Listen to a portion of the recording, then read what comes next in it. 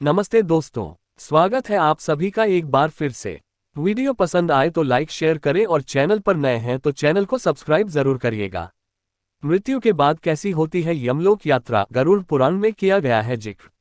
गरुड़ पुराण के अनुसार मृत्यु के बाद आत्मा की सांसारिक यात्रा खत्म हो जाती है और यमलोक की यात्रा शुरू हो जाती है। इस यात्रा में आत्मा को अलग अलग जगहों से गुजरना पड़ता है। गरुड़ पुराण हिंदू धर्म के महापुराणों में एक है जिसे प्रसिद्ध ग्रंथ माना गया है। यह एकमात्र ऐसा ग्रंथ है जिसमें जीवन के साथ ही मृत्यु के बाद की घटनाओं के बारे में भी विस्तारपूर्वक वर्णन किया गया है।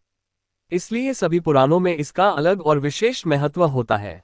हम सभी जानते हैं कि मृत्यु जीवन का अटल और सबसे बड़ा सत्य है। गरुड़ पुराण में भगवान विष्णु अपने वाहन पक्षीराज गरुड़ को मृत्यु और मृत्यु के बाद की घटनाओं से संबंधित गूढ़ बातों के बारे में बताते हैं, जिसे गरुड़ पुराण में बताया गया है। मृत्यु के बाद कैसी होती है यमलोक की यात्रा। गरुड़ पुराण के अनुसार मृत्यु के बाद आत्मा को दिव्य दृष्टि प्राप्त होती है और इसके बाद उसकी यमलोक यात्रा शुरू हो जाती है। इस यात्रा के दौरान जीवात्मा को भिन्न भिन्न जगहों से गुजरना पड़ता है और इस दौरान आत्मा ने अपने जीवन में पाप पुण्य जैसे भी कर्म किए होते हैं, उसी के अनुरूप सफर में आगे भेजा जाता है। गरुड़ पुराण के अनुसार मृत्यु से ठीक पहले व्यक्ति की आवाज चली जाती है और उसकी सभी इंद्रियां बंद पड़ जाती है। अंतिम समय में व्यक्ति को ईश्वर द्वारा दिव्य दृष्टि प्राप्त होती है और इस तरह से वह संसार को अलग तरीके से देखने लगता है। गरुड़ पुराण में बताया गया है कि मृत्यु के बाद मृतक की आत्मा को लेकर जाने के लिए यमराज के 2 दूत आते हैं, जो देखने में भयानक होते हैं। कहा जाता है कि यमदूत आत्मा के साथ वैसा ही व्यवहार करते हैं जैसा उसने अपने जीवन काल में लोगों के साथ किया होता है।